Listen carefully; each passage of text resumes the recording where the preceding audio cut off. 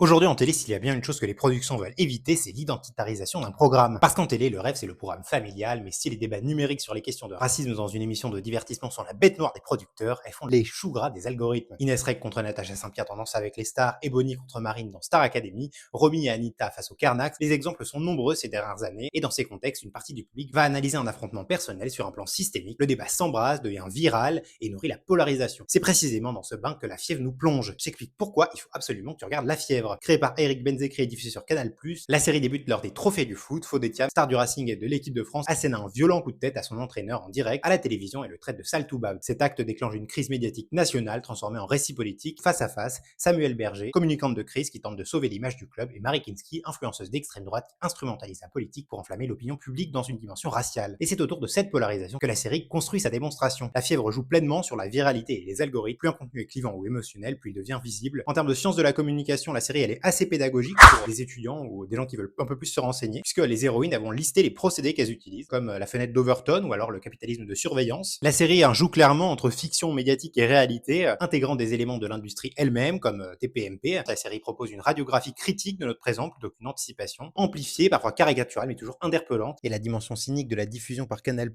acteur central du système populiste qui est montré par la série, interroge autant que la fiction en elle-même. Alors, dis-moi si ça te donne envie de regarder la série et si tu l'as déjà vue, ce que t'en as pensé. En attendant, n'hésite pas à t'abonner pour plus de recours culturels sur les médias.